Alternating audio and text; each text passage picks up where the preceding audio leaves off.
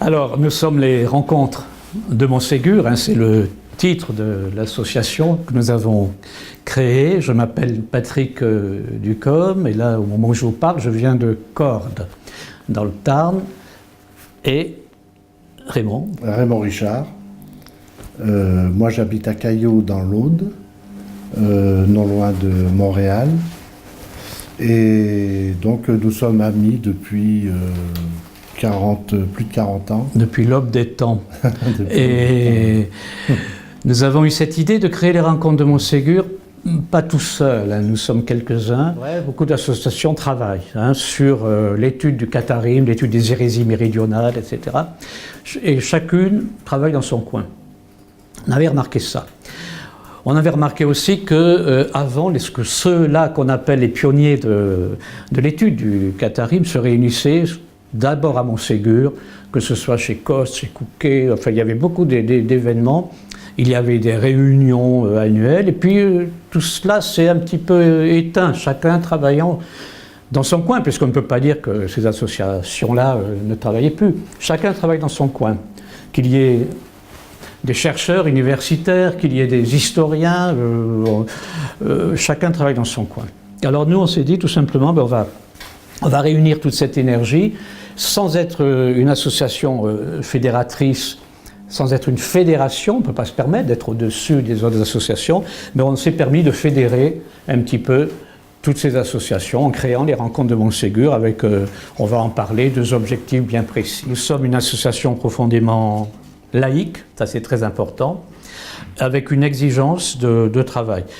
Nos objectifs sont de créer une rencontre annuelle au moins et une rencontre décentralisée en Ariège ou dans l'Aude, dans tout ce Languedoc occitan, et de travailler avec des historiens hein, qui ont fait leurs preuves, des historiens, mais pas que des historiens, des universitaires, des écrivains, des curieux, et des particuliers, mais tous animés par un goût, on va dire, un goût du travail pour cette étude sur ce que je peux appeler l'histoire des faits et l'histoire des idées. Bon, pour le catharisme, puisqu'on en parle, c'est l'histoire et puis c'est la spiritualité également. À partir de ces objectifs-là, il fallait le réaliser. Donc on a fait une première rencontre en 2016 importante qui a eu du succès. Depuis, c'est pérenne chaque année à Montségur, le 16 mars ou le 17 mars, si ça tombe samedi, comme on l'a fait une fois pour que les gens puissent venir, etc. Bon, on se retrouve là. Et on a, au-delà de ces objectifs, le souci d'être un petit peu historiographe. Alors l'historiograpie du catharisme en particulier, c'est essayer de dire ce qui paraît, des publications, qu'est-ce que l'auteur a voulu dire, à qui s'adresse-t-il, pourquoi, etc. Donner un petit peu de notre critique, pas spécialement nous, des gens qui écrivent, etc. Avec ce souci éthique de ne jamais déroger à rester profondément laïque, historien, et pas partir dans les, on va dire, dans les écueils de tout ce qui fait la périphérie de ce genre d'études, à savoir des imaginaires qu'on ne peut pas retenir, quoi, hein. Je veux dire, on fait très attention à cela.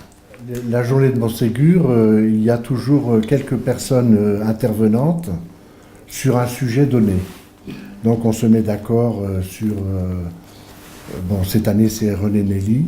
Un hommage, oui. En hommage au personnage, à son histoire, à ce qu'il a raconté, à ce qu'il a apporté à la recherche sur le catharisme. Et puis, s'il y a des questions diverses qui traversent un peu l'histoire du catharisme en ce moment, notamment avec certaines polémiques venues de Montpellier. Voilà, donc on fait quelque chose d'assez convivial puisque ça se passe dans le restaurant Coste, dans la grande salle, qui n'est pas si grande que ça en fait. Mais bon, en général, il y a 30 à 40 personnes qui viennent et qui nous rejoignent et qui participent à cette espèce de conférence-débat. Voilà. Alors, sur ce plan-là, je me permets d'ajouter pourquoi le restaurant en Coste. Parce que les anciens, les pionniers de la recherche se réunissaient à Montségur, soit à l'hôtel Coquet, soit à Coste, chez Coste. Et Coste était important, symboliquement c'est important. C'est lui qui cède une parcelle de son terrain pour que la Société du souvenir des études cathares, dont j'ai parlé en citant Olivier Sèvres, pour que celle-ci puisse ériger sa stèle dans les années 60. Une stèle a été mise par Déodat Rocher et ses amis. Et donc cette famille Coste est impliquée totalement dans la vie culturelle, on va dire, et pour l'histoire du castrum, de Montségur. Donc il fallait retrouver ce qui avait été perdu, à savoir revenir sur des lieux mêmes où étaient les pionniers. Et à Montségur, c'est simple, il y a Coquet, il y a Coste, et puis il y avait la maison de la comtesse Anita de Pierrefeu. C'était là que tout se passait. Et depuis les années, on va dire 40, hein, même un petit peu avant d'ailleurs. Alors nous, il fallait retrouver ça. Et pour revenir sur la périphérie dans nos rencontres, la périphérie des contenus, c'est d'abord des contenus strictement définis. Et puis en périphérie, on peut effectivement évoquer de l'actualité de la recherche historique, donc l'université de Montpellier, etc. Ça peut être le maire. Monsieur Finance est maire de Montségur. Qu'est-ce qu'il fait? Il vient nous présenter le projet 2020 de Montségur. On en parle, c'est fort intéressant. Il y a en périphérie toujours ce qu'on appellerait des questions diverses qui peuvent se greffer. L'année dernière à Montségur, on a fait tout un travail sur la revisitation dans l'histoire. C'est-à-dire comment on arrive à faire mentir l'histoire, etc.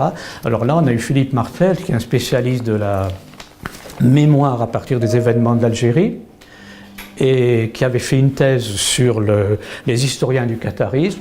Donc on a profité de cela pour lui dire de venir nous parler du mensonge possible dans l'histoire en ce qui concerne la relation qu'on peut faire de tout ce qui s'est passé pendant ce XIIIe siècle. Hein, pour rappel, hein, on le sait, mais ça, tout ce à quoi on s'intéresse se situe dans une période qu'on peut situer au XIIIe siècle, on va dire, oui, le XIIIe et début XIV, hein, maximum. Donc voilà, donc c'est intéressant. Et le deuxième volet, c'est la décentralisation de nos rencontres dans les villages. Alors là, ça vient d'être dit, on ne peut pas être plus de 30 à Montségur, et puis c'est des gens qui viennent, qui connaissent, on peut le considérer.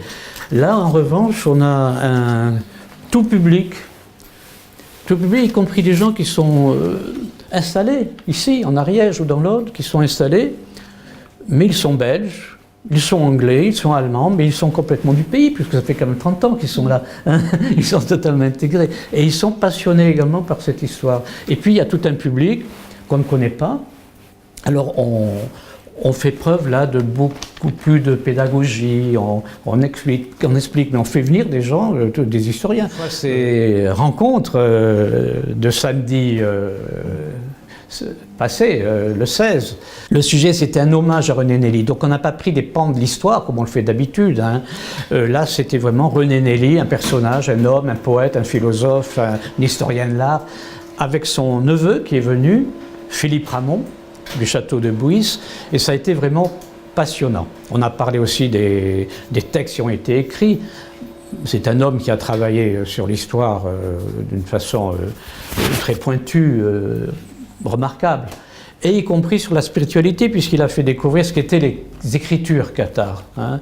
Donc ça, c'est vraiment, ça c'est intéressant. Alors on ne le fait pas toujours, là c'est vraiment un hommage à un, peut-être que demain on le fera pour Roquebert, ou sait-on jamais, on verra, mais c'est surtout des sujets d'histoire qui nous intéressent. Hein. Prochain sujet, ce sera les malentendus de l'histoire, où, on ne va pas le dire maintenant, c'est trop long, mais il s'est passé le tout et son contraire parfois. Et on a une vision parfois un petit peu figée de l'histoire. Parce que le but, qu'est-ce que c'est? C'est pas de s'intéresser à ce qu'on fait, c'est surtout d'intéresser notre lectorat, d'intéresser nos internautes, d'intéresser nos auditeurs. C'est pour ça que vraiment je remercie asinat.com, parce que on est dans cette démarche commune d'intéresser notre lectorat, nos internautes.